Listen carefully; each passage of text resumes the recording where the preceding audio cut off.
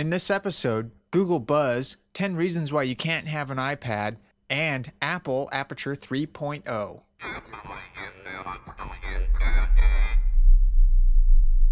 Quicksurf Internet Media presents the Geekinator, talking about all things tech and geek. Hey everybody, how's it going? I'm your host Adrian, coming to you almost live from lovely Phoenix, Arizona, here in Studio C1 at Quicksurf Internet Media. The Geekinator is a proud member of the Tech Podcast Network. If it's tech, it's here. Do feel free to head on over to www.techpodcast.com. And if you like any of my shows, you'll certainly find other technology-related shows over there as well. Let's go ahead and get into the news for Season 3, Episode 3. At Technology News and IT Business Intelligence, they have a story here entitled Google Buzz, another attempt to harness the content franchise. Rather than create another new destination social network like Facebook, Twitter, or Foursquare, Google today announced that it has added social networking and location-based features into Gmail, Google Profiles, and Google Maps with a new service called Google Buzz. Late last week, rumors surfaced that Google was debuting a new social Gmail this week, and that really is kind of what Buzz is. With it, you can post status updates and share links, photos, and location-based updates with your Gmail contacts, and the content being posted by your contacts is automatically ranked according to your interactions with that contact. Ultimately, it's a lot like FriendFeed, but with a Google flavor. So I'm actually a little underwhelmed about this. I fail to see the use. If you're on Twitter, that's pretty much the de facto standard. That's what everybody who wants to do short status stuff, they either do Facebook or they do Twitter or MySpace. From Mac Life, there's a story entitled 10 Reasons Why You Can't Have an iPad Right Now. This is actually pretty cool. Essentially, they list 10 reasons why you can't have an iPad right now. A couple of them being such things as the FCC. They haven't gotten clearance from the FCC yet. They've got some bugs that they're still trying to work out, et cetera, et cetera. They've got 10 reasons why you can't do it. And so read it. I'm not going to go through all of them, but I just thought it would be an interesting article for those of you who are kind of iPad fanatics. I think it'll be useful, and I'll probably end up with one, but I'm not in a huge hurry to get one. Like I said last time, more often than not, it's because I'm looking for a larger version of this, and so it would be handy to have one around the house. But am I in a rush to get one? No, not really.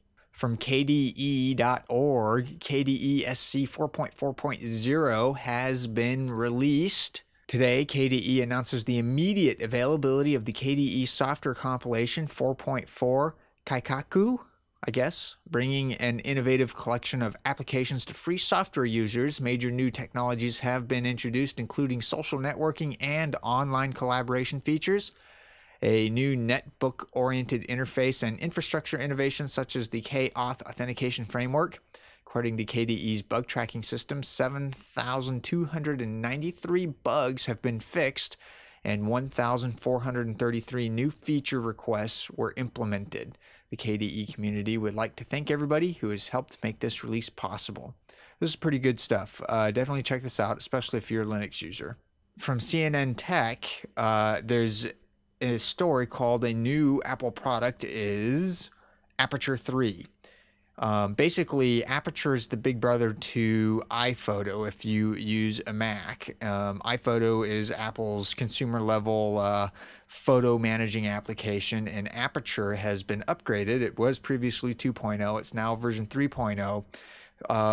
It's actually inherited such features as the faces and places and events type thing that iPhoto had, which I found to be very useful. I use that all the time because I have a lot of pictures.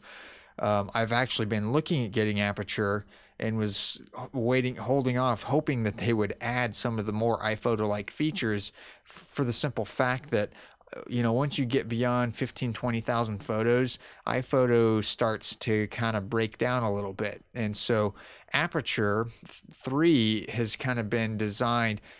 Well, version 1 and 2 was designed for professional photographers. Version 3 brings all that power, plus adds the features that you know and love in iPhoto. And they even give you a utility for importing your iPhoto library into Aperture 3, which if I ever end up with Aperture, that's what I will be using. It is $299. If you have a previous version, you do get an upgrade discount, but to buy the full thing, it's kind of expensive. Or maybe it's $199. I can't remember. I was just looking at it on the website. It's either $199 or $299. I think it's $199. And anyway, really cool stuff. It's basically, for those of you who take a lot of photos, Aperture is probably the better one to use. It has a lot of features. Check it out. From Popular Science, or popsci.com, if you will. I'm a huge fan of Popular Science. They have this posting here. New armored wall system assembles like Legos could replace sandbags in Afghanistan. They have a picture up. This is pretty neat.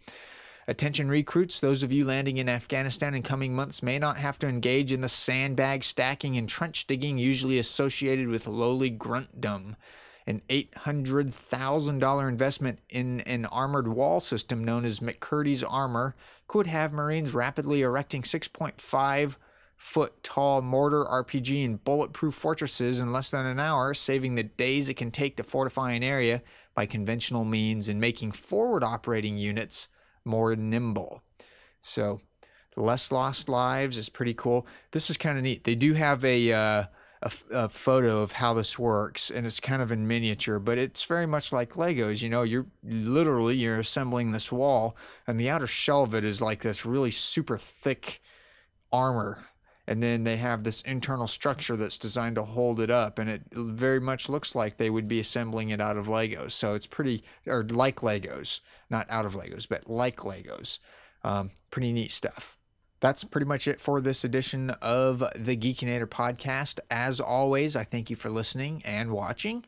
And you can visit us on the web, quicksurf.com, or you can shoot me an email, geekinator@quicksurf.com. As always, please subscribe or stay subscribed. You can also catch us on YouTube, blip.tv, Vimeo, etc., etc., etc. You can follow me on Twitter, twitter.com/Adrian_Bacon. I have everything linked up in the show notes, including everything I've talked about in this show. And so with that, I will see all of you on the next episode. See you then. Bye.